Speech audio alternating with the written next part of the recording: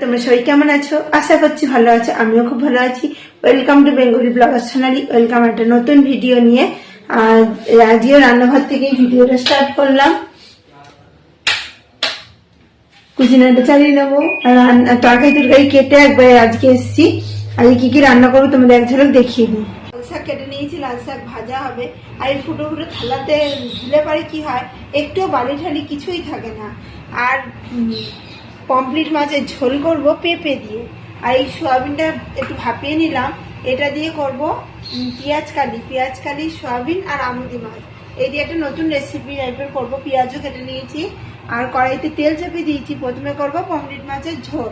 ঝোল করার জন্য প্রথমে দিয়ে দিলাম আমি তেলের মধ্যে গোটা জিরে ফোড়ন। গোটা জিরেটা একটু কালার চেঞ্জ হবে, তারপরে দিয়ে দেবো পেঁপেটা।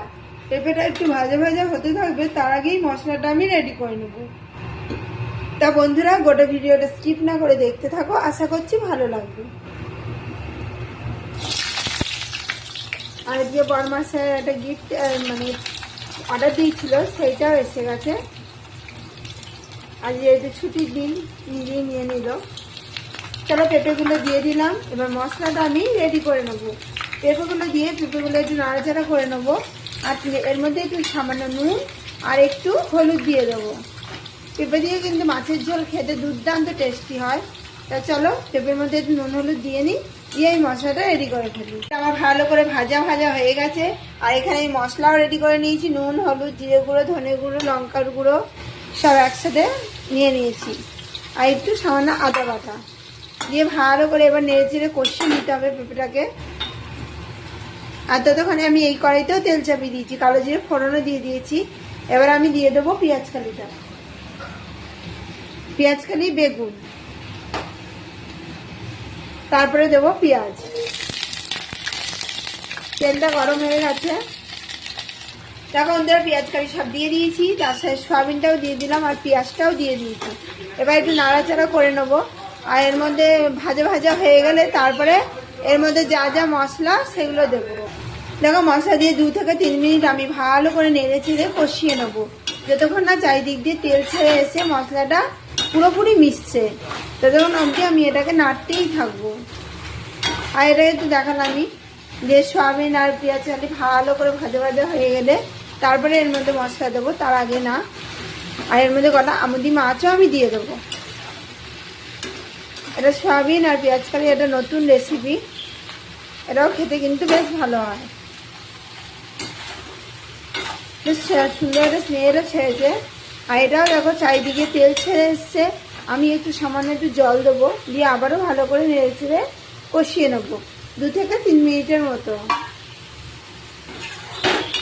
পেঁপে দিয়ে কিন্তু যে কোনো মাছের ঝোল খাওয়া কিন্তু শরীরের পক্ষে খুব ভালো। গরমকালই বলো আর শীতকালই বলো, খেতে কিন্তু এমনিও টেস্টফুল হয় আর খাওয়াটাও কিন্তু খুব উপকারী। একবার করে এটা নাড়ছি, একবার করে এটা নাড়ছি, এইভাবে দুটো তরকারি রেঁধে ফেলবো। এতে খুব বেশি তেল দিইনি, অল্প তেল দিয়েছি। দিয়ে নাড়াচাড়া করে একটু ভাজা ভাজা হলেই হবে। আর এটাই দেখো পরিমাণ মতো আমি এবার জল দিয়ে দেবো, দিয়ে মাছগুলো আমি দিয়ে দেবো এর মধ্যে। আর একটুখানি জল দেবো। দেখো বন্ধুরা পমফ্রেট মাছগুলো আমি দিয়ে দিয়েছি, দিয়ে এবার একটু ঢাকা দিয়ে দেবো। দিলে কি হবে, ঝোলটা ভালো করে ফুটে তৈরি হয়ে যাবে। আর এদিকে দেখো আমুদি মাছও আমি দিয়ে দিয়েছি এর মধ্যে, দিয়ে আবারও বেশ কিছুক্ষণ ধরে নাড়াচাড়া করব। দিয়ে কিন্তু এর মধ্যে আমি মশলা যা দেওয়ার দিয়ে দেবো। এর মধ্যে নুন হলুদ যা যা দিই, জিরে গুঁড়ো ধনে গুঁড়ো সবই দেবো। তাই চলো মশলাটা রেডি করে। এটা মশলা আমি দিয়ে দিলাম, যা যা মশলা দেবো বলেছিলাম গুলে সব মশলাই দিয়ে দিলাম। একটা দারুণ কিন্তু সুন্দর একটা স্মেল এসছে, আর খেতেও দুর্দান্ত স্বাদ হয়েছে। দারুণ একটা গন্ধ বেরোচ্ছে।